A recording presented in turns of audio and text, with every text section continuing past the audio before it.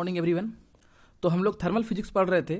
तो thermal physics में आगे बढ़ते हुए हम लोग आज पढ़ेंगे kinetic theory of gases. Okay, तो काइनेटिक थ्योरी ऑफ गैसेस पढ़ने से पहले, केटीजी पढ़ने से पहले आइडियल गैस के बारे में थोड़ा सा जानना जरूरी है, क्योंकि अगर आप उसको जानेंगे तभी इंप्लीमेंट कर पाएंगे आगे थर्मोडायनेमिक्स में। ठीक है, तो सबसे पहले देखते हैं कि आइडियल गैस के बारे में क्या क्या चीजें हैं जो थोड़ा सा हमें पता होना चाहिए। तो postulate for an ideal gas. तो देखो, कोई भी जो गैस होता है ना, उसमें लार्ज नंबर ऑफ मॉलिक्यूल्स होते हैं, बहुत सारे मॉलिक्यूल्स होते हैं। कैसे होते हैं? छोटे छोटे छोटे छोटे छोटे छोटे छोटे छोटे मॉलिक्यूल्स होते हैं। और कैसे होते हैं? एकदम स्मूथ होते हैं। स्फेरिकल। स्फेरिकल क्यों? क्योंकि हमको पता है कि स्फेरिकल जो शेप होता है वो सबसे छोटा डायमेंशन का होता है। ठीक है, स्फेरिकल होते हैं। और कैसे होते हैं? इलास्टिक होते हैं। इलास्टिक मतलब जब हम पढ़ा रहे थे सेंटर ऑफ मास, तब आपको पता होगा इलास्टिक मतलब कि जब वो टकराएगी तो जिस वेलोसिटी से वो टकराएगी, टकराने के बाद रिटर्निंग के टाइम में भी उसका वेलोसिटी उतना ही रहेगा, कोई लॉस नहीं होगा। ठीक है, तो वो इलास्टिक भी होना चाहिए, आइडेंटिकल भी होना चाहिए, सब एक समान एक जैसा देखना चाहिए। ठीक है, तो ऐसे गैस को हम लोग आइडियल गैस कहेंगे। ठीक है, तो ये गैस कंसिस्ट ऑफ, वही लिखा हुआ है कि ये gas consist of large number of small, smooth, spherical, elastic, identical particles known as molecules of gas. वो सब क्या है? उसके मॉलिक्यूल्स ऑफ गैस हैं। ठीक है, और उस ऐसे गैस को हम लोग कौन सा कैसा गैस कहेंगे? आइडियल गैस कहेंगे। Volume of container. अगर आप उस गैस को एक जगह इकट्ठा कर लो, अगर उस गैस को कंप्रेस करके क्या कर लो, एक जगह इकट्ठा कर लो, तो उसका जो वॉल्यूम होना चाहिए वो कंटेनर के कंपेयर में बहुत ही कम होना चाहिए। मतलब कि कंटेनर का वॉल्यूम बहुत बहुत बहुत ज्यादा होना चाहिए। अगर उस सारे गैस को एक जगह कंप्रेस करके उसका वॉल्यूम लो तो वही लिखा हुआ है कि volume of container is much much greater than the total volume of all gas molecules. अगर उस गैस मॉलिक्यूल्स को एक जगह इकट्ठा करके उसका वॉल्यूम लोगे, उससे बहुत बड़ा होना चाहिए किसका? कंटेनर का वॉल्यूम। ठीक है, ये सब तो बेसिक चीज है जी, कोई दिक्कत नहीं। आगे बढ़ते हैं। फिर बोला कि जो मॉलिक्यूल्स के जो गैस होते हैं ना बाबू, जो गैस के जो मॉलिक्यूल्स होते हैं वो रैंडमली किसी भी डायरेक्शन में जाते रहते हैं। इधर से गया ध्रुम ध्राम ध्रुम, इधर उधर जाते रहते हैं। ठीक है, तो उसका कोई फिक्स नहीं है कि पार्टिकुलर इसी डायरेक्शन में जाएगा, इस डायरेक्शन में गया तो बहुत दिक्कत है। ऐसा कुछ नहीं है कि एक्स में जाएगा, वाई में नहीं, वाई में जाएगा जेड में जाइए, ऐसा नहीं। वो गैस की मर्जी है, वो रैंडम मूव करते रहता है, जहां मन है वहां जाएगा। वही लिखा हुआ है, क्या लिखा हुआ है कि the molecules of the gas moves randomly in all direction, सभी डायरेक्शन में जाते रहता है, विदाउट गिविंग एनी प्रेफरेंस। कोई प्रेफरेंस नहीं है कि पहले एक्स में जाना है, फिर वाई में, फिर जेड में, या पहले एक्स पहले जेड पहले वाई, कुछ नहीं। जहां मर्जी है वहां जाओ, रैंडम जाओ, हर डायरेक्शन में जाओ, कोई दिक्कत नहीं है। और इसका वेलोसिटी चेंज नहीं होगा। पहले बोले कि इलास्टिक है, टकराने के बाद भी कुछ चेंज नहीं होगा, हर डायरेक्शन में सेम वेलोसिटी के साथ मूव करते रहेगा। ठीक है, तो वही लिखा हुआ है कि द डिस्ट्रीब्यूशन ऑफ मॉलिक्यूल्स, यहां देख रहे हैं, the distribution of molecules and distribution of velocity is same. उसका डिस्ट्रीब्यूशन हर जगह सेम होगा, इक्वल अमाउंट में रहेगा, और वेलोसिटी भी क्या होगा? सेम होगा एट एवरी पॉइंट। किसी भी पॉइंट पे आप देख लोगे तो आपको वैसा ही मिलेगा। ठीक है, अब नेक्स्ट पॉइंट देख लेते हैं। नेक्स्ट पॉइंट में क्या बोला है कि velocity of centre of mass. Velocity of किसका? सेंटर ऑफ मास का। हम उसके बारे में नहीं बात, पार्टिकल की वेलोसिटी के बारे में नहीं बात कर रहे हैं। पूरे पार्टिकल्स, मान लीजिए कंटेनर था, इसमें इतने सारे पार्टिकल्स थे, इस सारे पार्टिकल्स का सेंटर ऑफ मास यहां पे था, तो इसका जो वेलोसिटी होगा वो हमेशा जीरो होगा। ऐसा नहीं कि अभी यहां पे है पूरा वैल्यू इसका सेंटर ऑफ मास, थोड़ी देर बाद यहां पे सेंटर ऑफ मास आ जाए, ऐसा नहीं। थोड़ी देर बाद यहां पे सेंटर ऑफ मास, ऐसा नहीं। यहां है तो यही होगा।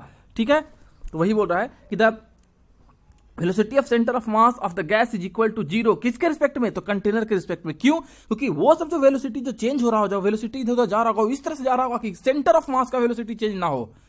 आई होप आप समझ रहे हो। जिनको समझ में नहीं आ रहा हो पहले सेंटर ऑफ मास पढ़े, फिर उनको समझ में आ जाएगा। सेंटर ऑफ मास में अच्छे से पढ़ाया गया है कि सेंटर ऑफ मास का वेलोसिटी क्या होता है, पार्टिकल्स का वेलोसिटी क्या होता है। ठीक है, तो सेंटर ऑफ मास का वेलोसिटी चेंज कभी नहीं होगा, क्योंकि ऑल डायरेक्शन में वो सब सेम वेलोसिटी से जा रहा है, तो नेट वेलोसिटी उसका जीरो आ जाएगा सोल्व करने पे विथ रिस्पेक्ट टू कंटेनर। ठीक है, आगे the molecules exert no force on each other.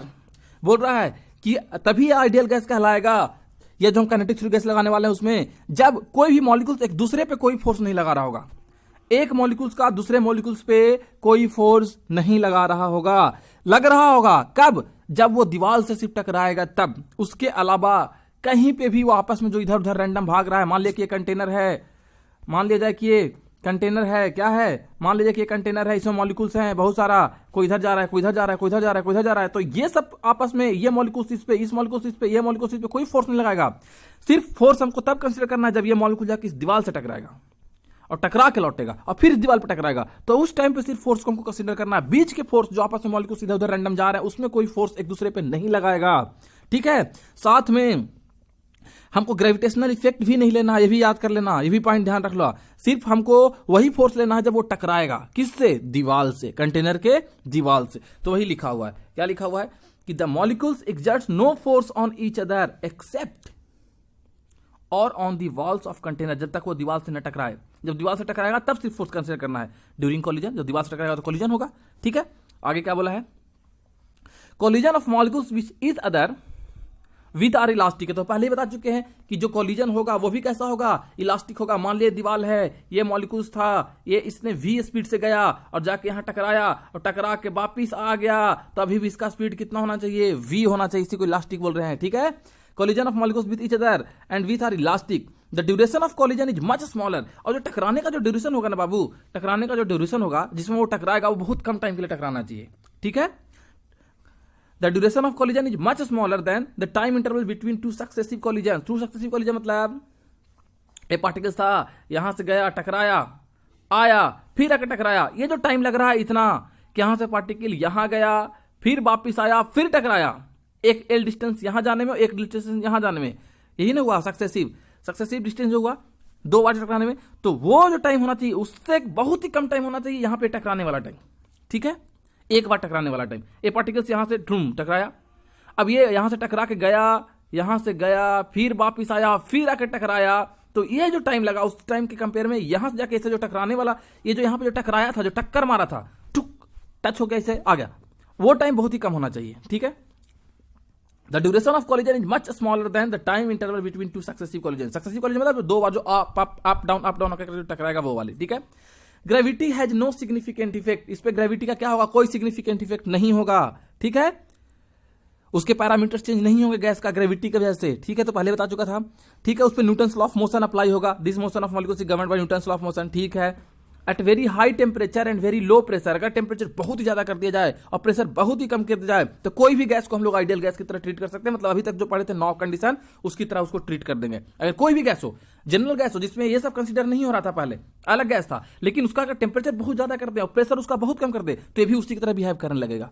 ठीक है, तो ये सब कुछ 9-10 पॉइंट थे आइडियल गैस के बारे में, वो जानना जरूरी था। अब आगे देखते हैं pressure, expression of gas. Pressure कैसे, प्रेशर का क्या रिलेशन आएगा वो सब देखेंगे कोई गैस का। ठीक है, तो देखो एक कंटेनर था जिसका ये लेंथ L था, ये वाला हाइट H था और ये वाला थिकनेस कितना था, चौड़ाई कितना था, B था। ठीक है, इसमें बहुत सारे मॉलिक्यूल्स भरे हुए थे। मान लेते हैं कि n नंबर्स ऑफ मॉलिक्यूल्स भरे हुए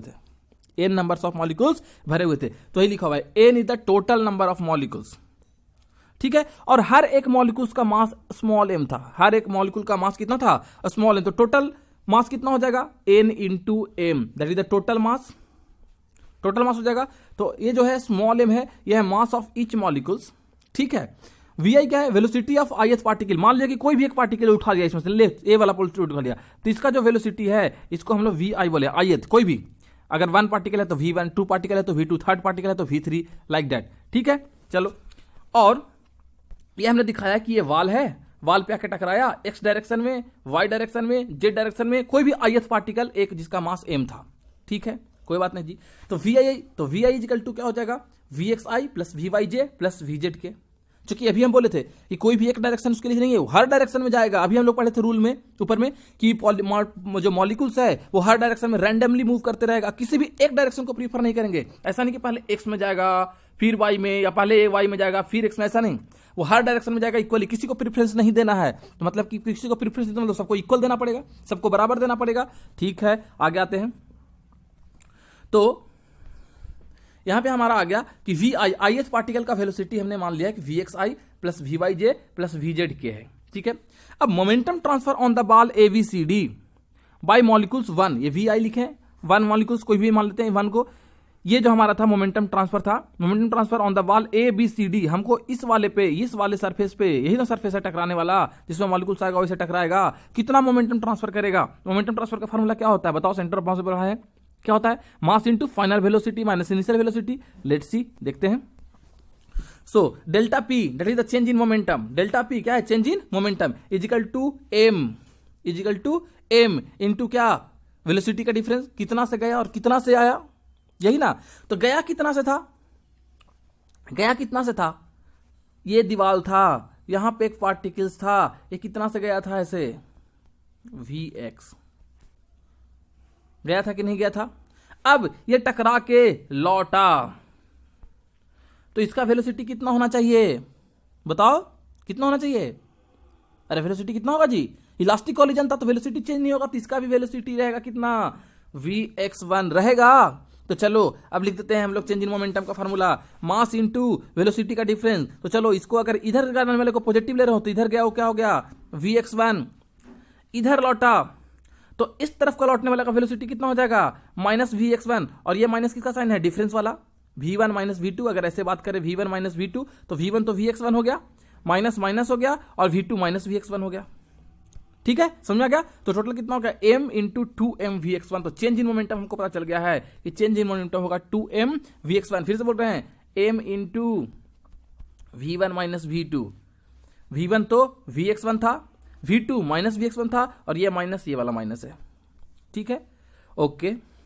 अब average time after which same velocity molecules strike again the wall. अब हम लोग क्या निकालने वाले, एवरेज टाइम, कि एक बार गया टकरा के वापिस आया, ये कंटेनर था, ये मॉलिक्यूल्स ऐसे गया टकराया, वापिस आया और फिर आकर टकराया, तो कितना टाइम बाद टकराया होगा वो टाइम निकाल रहे हैं। तो टोटल लेंथ कितना ट्रेवल किया होगा, एक बार इधर गया होगा फिर ऐसे आया होगा, तो टोटल L और L 12 हुआ होगा। एक बार यहां से यहां गया और फिर वापिस आके यहां आया, तब ने इसमें दोबारा टकराया, तो एवरेज कितना टाइम लगा, एक L डिस्टेंस ये, एक L डिस्टेंस नहीं, कितना डिस्टेंस, तो 2L डिस्टेंस। और वेलोसिटी कितना था, हमेशा उसका Vx1 ही था, जब इधर जा रहा था तभी Vx1 ही था, इधर जा रहा था तभी Vx ही था। तो 2L बाई Vx हमको निकल गया एवरेज टाइम, कि एवरेज टाइम इतना लगेगा भैया, इतना टाइम में दोबारा बार बार स्ट्राइक करेगा, up down up down up down up down, left right left right left right left right, इतना देर में करेगा। ओके, तो अभी तक जो हम लोग निकाले थे उसको मैं एक जगह पे लिख दिया हूं। क्या निकाले थे कि linear momentum transfer by molecules 1 is 2m Vx1 पहले निकाले थे, and the time interval which same velocity molecules again strike the wall is 2L upon Vx1, ये सब निकाल चुके थे। अब एवरेज फोर्स बाय मॉलिक्यूल्स, अब हम फोर्स निकाल रहे हैं। तो आपको एक चीज और पता होगा कि जो चेंज इन मोमेंटम होता था, जो चेंज इन मोमेंटम होता था वो क्या फोर्स इंटू डेल्टा टी भी होता था। एक ये भी फॉर्मूला हम लोग पढ़े थे सेंटर ऑफ मास में, पढ़े थे ना, एफ इंटू डेल्टा टी, किस वाले में, जो फटाफट जल्दी जल्दी जल्दी जल्दी जो स्ट्राइक करता है, जो कम टाइम पीरियड के लिए होता है, उस वाले में इंपल्सिव फोर्स में पढ़े थे। Impulsive force into time equal to change in momentum, पढ़े थे कि नहीं पढ़े थे। जो नहीं पढ़े हैं फिर से बोल रहे हैं, सेंटर ऑफ मास पे जाइए, बहुत यूज हो रहा है यहाँ पे। ठीक है, तो डेल्टा पी, तो उसी प्रकार हम यहां से लिख दिए कि delta P delta P delta P change in momentum, delta P change in momentum is equal to क्या, इंपल्सिव फोर्स इनटू टाइम। तो फोर्स इज इक्वल टू क्या हो जाएगा, delta P divided by delta T. Force is equal to, तो वही लिखा हुआ है कि average force by molecule is equal to delta P by delta T. Delta P already निकाल चुके हैं 2m Vx1, delta T time interval निकाल चुके थे 2L बाई Vx, Vx ऊपर चला गया, 2 से 2 कट गया, तो कितना बन गया m Vx1 square by L। ये क्या आ गया हमारे पास, फोर्स। ये क्या आ गया, फोर्स। चूंकि ये एवरेज टाइम निकाले थे तो ये फोर्स भी कैसा है हमारे पास, एवरेज फोर्स है। ठीक है, अब force by time M V equal to अभी निकाले हैं mVx1 स्क्वायर बाई L। अब अगर हम ith पार्टिकल की बात करेंगे तो 1 के जगह पे I आ जाएगा, 1 के जगह पे I आ जाएगा, सब कुछ तो सेम रहेगा। इस तरह से सारे पार्टिकल्स ने मिला के फोर्स लगाया होगा। ये तो एक पार्टिकल का है, ith पार्टिकल का। अगर पहला पार्टिकल होगा तो यहां 1 होगा, दूसरा पार्टिकल होगा तो यहां 2 रहेगा, तीसरा पार्टिकल रहेगा तो यहां 3 होगा। इस तरह से सारे पार्टिकल्स ने कुछ फोर्स लगाए होंगे। तो F net by all particles क्या हो जाएगा, F net by all particles क्या हो जाएगा, मॉलिक्यूल्स क्या हो जाएगा, summation of all this force. सब फोर्स को जोड़ दो जितने भी पार्टिकल्स थे। तो यहां से देखो m कांस्टेंट था तो बाहर निकाल लिया, L कांस्टेंट है तो बाहर निकाल लिया, अंदर क्या बचा सिर्फ V1 V2 V3 V4 V5 जितने ही पार्टिकल्स होंगे। यहां तक कोई दिक्कत, देखो M1 V1, इसको ऐसे क्या लिख सकते हो, इसको ऐसे लिख सकते हो ना, M1 V1 square by L plus M V2 square by L plus M V3 square by L। चूंकि पहले ही बोल दिया कि हर मॉलिक्यूल का मास M है, तो देखो सब में से M, इसमें भी M है, इसमें भी M है, इसमें भी M है, इसमें भी L है, इसमें भी L है, इसमें भी L है। तो इसीलिए हम M बाई L को कांस्टेंट निकाल के बाहर निकाल लिए हैं कि M बाई L कॉमन हो गया सबके लिए। कांस्टेंट नहीं मतलब कॉमन हो गया, ठीक है, कांस्टेंट था ही लेकिन कॉमन भी है। कॉमन निकाल दिया तो अंदर क्या बचा, सिर्फ V1x1 V2x V3x का स्क्वायर V4 स्क्वायर ये सब बचा। अब हम क्या कर रहे हैं कि दोनों तरफ अब हम क्या कर रहे हैं कि इसमें हम n से मल्टीप्लाई कर रहे हैं और n से डिवाइड कर रहे हैं। कुछ फर्क पड़ेगा? नहीं पड़ेगा ना जी, ये n से कैंसिल हो जाएगा तो इतना ही तो बचेगा। तो हम n से मल्टीप्लाई कर दिए और n से डिवाइड कर दिए। तो और इस n को मैं यहां पे लाके लिख दिया हूं n m बाई एल, तो ये हो गया l m बाई एल। और इस वाले n को बचा रह गया जो कि यहां पे आ गया है, देखो ठीक है। तो यहां तक आ गया, तो N M by L into V X one square plus V X two square plus V X three square plus plus plus divided by N. ये क्या है? सोचो क्या है? 1 plus 2 plus 3 plus 4 plus 5 divided by total number 5। क्या होता है ये? क्या बताता है? एवरेज। किसी भी चीज का क्या बताता है? एवरेज। और यहां पे किसका एवरेज है? स्क्वायर का। ध्यान से देखो, x1 square, x2 square, x1 square, x2 square, x3 square, xn square divided by total number of n, मतलब वेलोसिटी के स्क्वायर का एवरेज है कि नहीं है? तो यहां पे वेलोसिटी के स्क्वायर का एवरेज है। जहां पे भी हम ऐसे लिख दें thermal kinetic theory of gases में, जहां पे भी हम ऐसा वर्ड यूज कर रहे हैं मतलब ये एवरेज का सिंबल बता रहे हैं हम। जहां पे भी ये ब्रैकेट ऐसा वाला ब्रैकेट यूज कर रहे हैं मतलब बार बार हम लिखेंगे नहीं, ये बता रहा है कि ये क्या है? एवरेज है। तो यहां पे N M by L V X का स्क्वायर हो गया, कोई दिक्कत नहीं। अब प्रेशर क्या होता है? Force upon area. प्रेशर क्या होता है? Force upon area. फोर्स तो आप निकाल चुके हो, कितना भैया? तो फोर्स आप निकाल चुके N M by L into average velocity, मतलब स्क्वायर ऑफ एवरेज वेलोसिटी जो कि ये था, डिवाइडेड एरिया। एरिया क्या हो जाएगा? एरिया क्या होगा? ये एल तो पहले से था, एरिया क्या होगा? H into B. H into B तो एरिया होगा। ध्यान से देखो उस डब्बे को, एच इंटू बी उसका एरिया होगा, उसी पर आके टकरा रहा होगा, ठीक है। तो एच इंटू बी इसका एरिया हो गया। तो जब ये एरिया हो गया तो देख लो यहां से हम बोल सकते हैं कि N into M that is total number of mass. Total mass हो जाएगा क्या? एक मॉलिक्यूल का मास स्मॉल एम था और एन मॉलिक्यूल्स थे, तो टोटल मास कितना हो गया? M divided by L V H क्या हो गया? पूरे सिस्टम का वॉल्यूम। और ये तो एवरेज वाला वी एक्स स्क्वायर था ही। तो इस तरह से हम लोग प्रेशर निकाल लिए कि प्रेशर कितना लग रहा होगा on surface A B C D. Okay, अब देखो वी एक्स स्क्वायर गलत मत पढ़ना इसको। अभी हम क्या बोले थे कि एवरेज है किसका? स्क्वायर का, वेलोसिटी का। ध्यान से देखो, Vx1, Vx2, Vx3, Vx4 सबका स्क्वायर है, उसका डिवाइडेड बाई n है, मतलब स्क्वायर स्पीड का एवरेज है। तो इसलिए Vx स्क्वायर क्या हो गया? Average of square velocity. ये मत बोल देना स्क्वायर ऑफ एवरेज वेलोसिटी, गलती हो जाएगा, ठीक है। दोनों में डिफरेंस है। स्क्वायर ऑफ एवरेज वेलोसिटी मतलब V1 plus V2 plus V3 divided by n, उसका स्क्वायर। समझ रहे हो ना?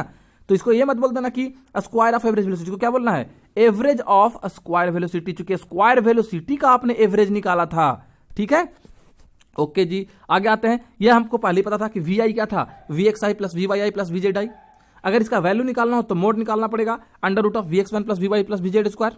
होगा कि नहीं होगा? अगर दोनों तरफ स्क्वायर लें तो V I square is equal to V X square plus V I square plus V Z square. Simple, V I की वैल्यू पता करने के लिए हम ऐसा कर रहे हैं, ठीक है।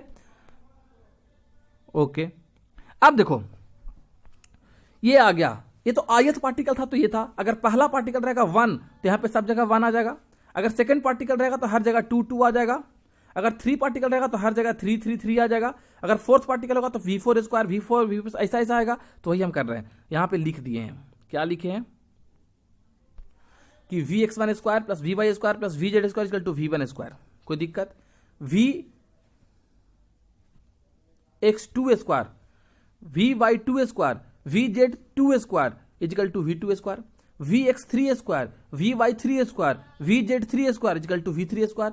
Vx4 square Vy4 square Vz4 square. इतना यहां पे क्या हो जाएगा? Vx5 square plus Vy5 square plus Vz5 square equal to V5 square. इस तरह से करते करते करते करते यहां पे क्या हो जाएगा? ऐसे करते करते लास्ट में आ जाएगा और ये क्या बोलेंगे इसको? Vxn square plus Vyn square plus Vzn square equal to Vn square. इस तरह से सबको एडअप कर दिए। चूंकि इतने मॉलिक्यूल्स थे और इतने वेलोसिटी आए थे, तो ये क्या हो जाएगा? ये देखो तो ये सारे x1 x2 x3 x4 x4 इसको बोल सकते हैं क्या कि समीशन ऑफ Vxi स्क्वायर। इस वाले लाइन को बोल सकते हैं क्या? Summation of Vy square. इस वाले लाइन को बोल सकते हैं क्या? Summation of Vzi square. इस वाले लाइन को बोल सकते हैं क्या? Summation of Vi square. बोल सकते हैं? बोल सकते हैं कि नहीं बोल सकते हैं? बोलो। बोल सकते हैं सर, बहुत बढ़िया बात, बोल सकते हैं। तो अब हम क्या कर रहे हैं कि अब हम क्या किए कि पूरे टर्म में सब में n से मल्टीप्लाई और n से डिवाइड कर रहे हैं। क्या कर रहे हैं? इसमें क्या कर रहे हैं हम? n से मल्टीप्लाई और n से डिवाइड, ठीक है। या तो एक काम कर लो, उससे भी अच्छा है कि दोनों तरफ n से डिवाइड कर लो। दोनों तरफ क्या कर लो, इस पूरे टर्म में n से डिवाइड कर लो, इधर भी n से डिवाइड कर लो, तो देख लो ये n कैंसिल हो जाएगा, तो कुछ फर्क पड़ेगा क्या, नहीं पड़ेगा। ठीक है, अभी हमने क्या किया है कि इस पूरे में n से डिवाइड किया, इस पूरे में n से डिवाइड किया। अब इसको लिख सकते हैं क्या कि summation of vxi² divided by summation of vxi² divided by n plus summation of vy² divided by n, ऐसे लिख सकते हैं ना। अब ऐसे लिख सकते हैं ना, divided by n divided by n divided by n divided by n। अब vx² डिवाइडेड बाई n क्या हो जाएगा, एवरेज स्क्वायर का x वाला, ये क्या हो जाएगा एवरेज स्क्वायर का y वाला, और ये क्या हो जाएगा एवरेज स्क्वायर का z वाला, और ये क्या हो जाएगा एवरेज स्क्वायर का पूरा वेलोसिटी वाला। आ गया।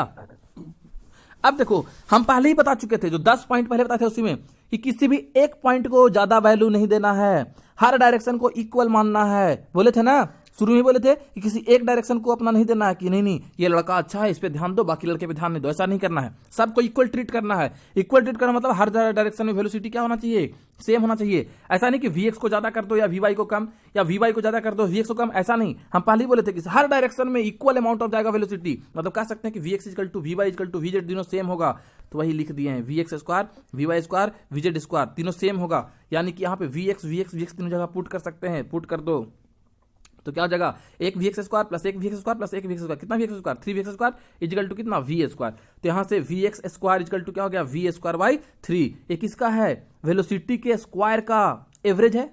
ये वाला टर्म, कौन वाला टर्म, ये वाला टर्म देख लो, ये क्या बता रहा है कि एवरेज है किसके भैया, तो अंदर में क्या है वेलोसिटी का स्क्वायर का, तो इसलिए average of velocity of square, तो वेलोसिटी का स्क्वायर का एवरेज है, गलती नहीं करना है। ठीक है, तो हमको पहले से पता था, पहले से क्या पता था, देख लो यहां पे एक मोमेंटम का इक्वेशन बनाए थे, प्रेशर ऑन एबीसीडी हम लोग बनाए थे। देखो प्रेशर बनाए थे, प्रेशर ऑन एबीसीडी कितना था, M Y total mass by volume into vx² बनाए थे।